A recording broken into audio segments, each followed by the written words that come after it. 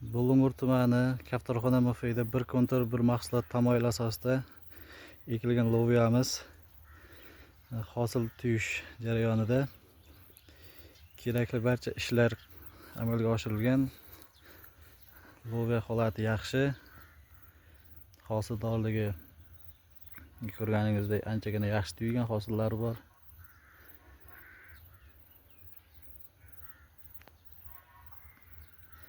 Kerakli barcha agregat ishlari qilingan. Loviya holati mana anchagina yaxshi.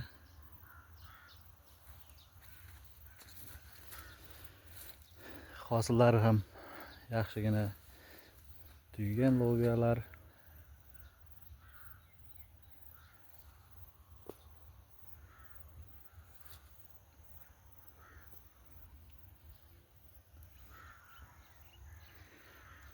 Loviyamiz yaxshi holatda turibdi.